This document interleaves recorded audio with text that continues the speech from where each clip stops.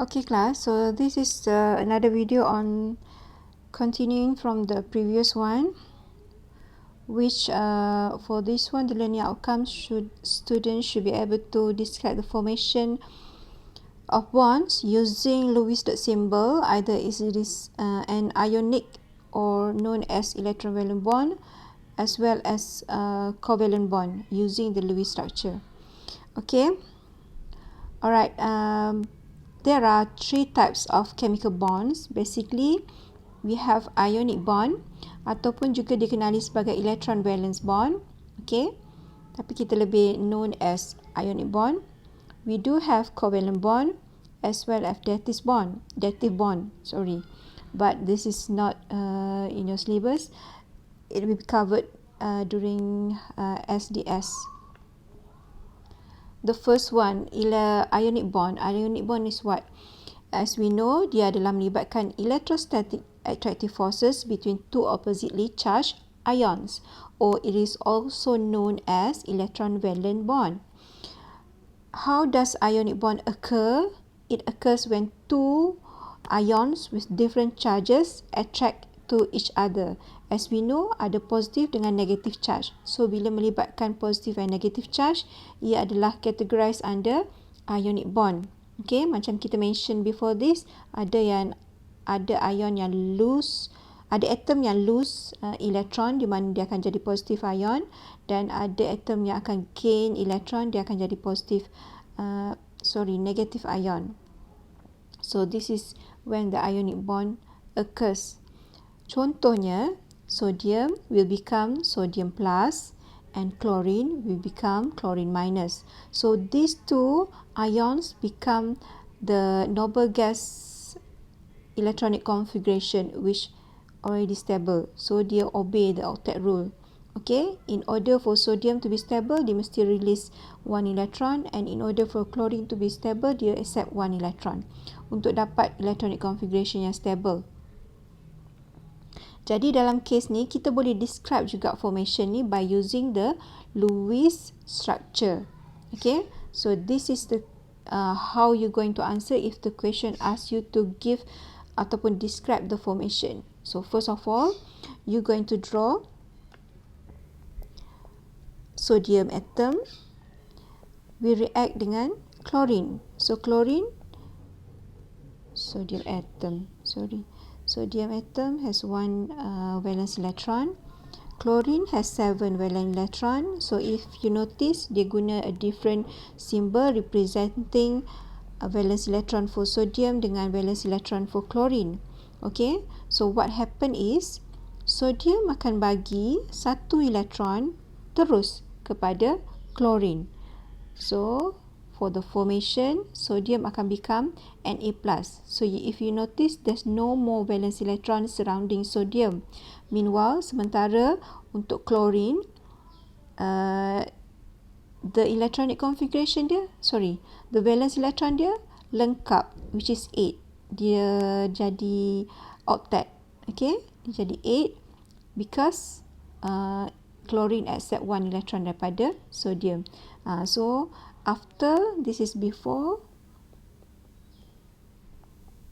and this is after. So after, sodium akan jadi ion, mesti ada square bracket, and chlorine become anion, mesti ada square bracket juga with negative charge. And anion, make sure dia punya valence electron dia jadi complete 8. Okay, so this is how you going to show the formation of ionic bond.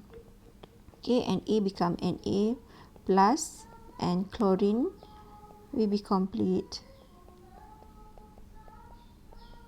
It doesn't matter if you want write cross or dot, as long as it should be enough 8 valence electrons surrounding chlorine ion. Okay, so this is sample of KF. Okay, so if we notice KF, K is metal element and fluorine is non-metal. So if K wants to combine with fluorine, it will form an ionic bond. So this is how you describe the formation of ionic bond in Kf. Okay, as well as beryllium oxide. Okay, beryllium oxide, Be is non-metal. Sorry, Be is metal. Metal and oxygen is non-metal. Non-metal. So what happened is Be have 2 electrons to be donated. So 1 electron will be located here, 1 electron will be donated here. So in the end, Be going to lose all 2 electrons. Meanwhile, oxygen got a complete 8 electron. Okay. This is when there are 2 nitrogen needed to combine with 1 mole of oxygen. So if you notice, bila nak draw the formation untuk Na2O, you have to give or you have to draw 2 atom of Na, okay, combined with 1 oxygen, because Na akan donate 1 electron, another Na will donate 1 electron, barulah oxygen ni becomes complete. But if you notice on the right side, make sure you write down lah, ada 2 Na plus and oxygen 2 minus. Okay, so this is how you're going to draw the formation of ionic bond. Alright, so you can do the exercise part. Next are the properties of ionic compound. This is all that you can read in your notes. Okay, should be tak ada masalah lah untuk memahami apa dia ciri-ciri ionic bond. Macam ataupun you boleh ingat properties of ionic bond ni sama macam property of salt. Okay, sebab kebanyakannya ionic bond adalah salt. Okay, dia boleh conduct elektrik dan sebagainya. So this is all you can read on your own. Seterusnya kita nak pergi pada formation of covalent bond. Okay, covalent bond adalah terbentuk form when there is sharing of 1 or more pairs of valence electron between the bonded atom. Macam kita kata sebelum ni, covalent bond adalah melibatkan perkongsian elektron. So dia tak bagi tapi dikongsi. Melibatkan non-metals, okay, ataupun senang cerita kumpulan 14 ke atas ataupun 13 ke atas. Okay, non-metals. Contoh kat sini is hydrogen. So hydrogen is simple. 1 hydrogen combine dengan another 1 hydrogen becomes H2. So what happened is this 2 electron will be shared between hydrogen 1 and hydrogen 2. So that's why lah kita can write it down as H dash H. So ini represent bonding. Every bonding consists of 2 electron. Every single bond consists of 2 electron. Okay, atoms other than hydrogen tends to form bonds until it is surrounded by 8 valence electron. Okay, selain daripada hydrogen, dia akan membentuk ikatan sehinggalah dia dapat achieve yang outside juga tadi, which is 8 valence electron. So lone pair adalah pair of valence electron yang tak terlibat dalam covalent bond. Contoh, okay, ni contoh yang saya teringat sekarang lah. Okay, so let's say we have nitrogen dengan nitrogen. So if notice dia punya covalent bond dia macam ni, triple bond. So ini kita this is known as lone pair. Maksudnya dia tak terikat dengan bonding formation. This is also lone pair.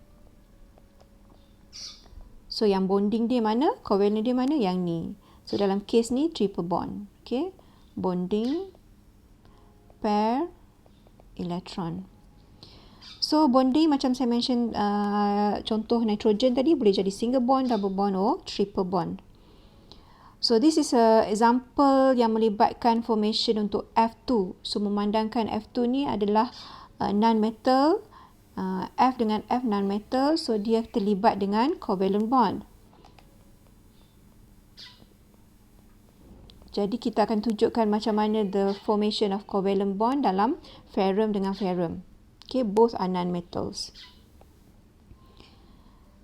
So if you notice, bila membuat formation untuk covalent, tidak ada anak panah yang menunjukkan mana-mana elektron is donated ataupun elektron is transferred. Tidak ada.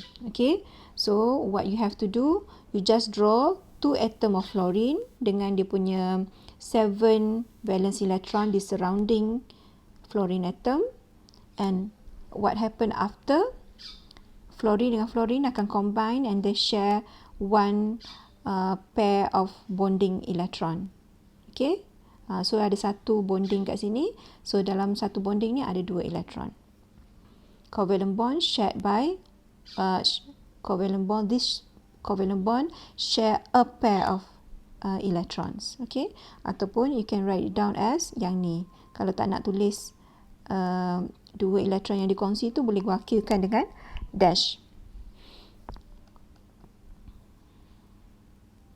Okay, seterusnya kalau you nak buat formation untuk HCl, kalau kita study balik HCl ni pun sama. H is non-metal as well as chlorine dalam group 17 also non-metal. Okay, kumpulan blok P kebanyakannya adalah non-metal. Okay, mostly yang blok P memang non-metal. Okay, so how you going to show the formation? Lukiskan. You have to draw the hydrogen atom with 1 valence electron and chlorine atom with 7 valence electron. So these two will combine. Tak perlu buat anak panah ke apa sebab ini bukannya ionic bond. So later sebelah kanan kita akan tunjuk how the bond is formed between H and Cl. So kedua-dua ni elektron ni dikongsi ataupun dalam kata lain you can write down like this. Okay. Valence electron di surrounding chlorine masih perlu dilukis. And if you notice, chlorine dia dah jadi octet dah sekarang sebab dia ada 2 electron here. 2 electron here, 2, 4, 6, 8. So dah jadi octet. Okay, so sesuatu molekul ni dia bergabung in order for it to be stable. So this is how they achieve stability lah. Okay, so that's for the formation of ionic bond and covalent bond. So if you are given question, make sure you determine dulu sama ada compound tu adalah ionic ataupun covalent. Lepas tu draw lah dia punya formation yang persesuaian. Then only you can draw the formation. Ataupun you can show the formation of ionic or covalent bond. Okay.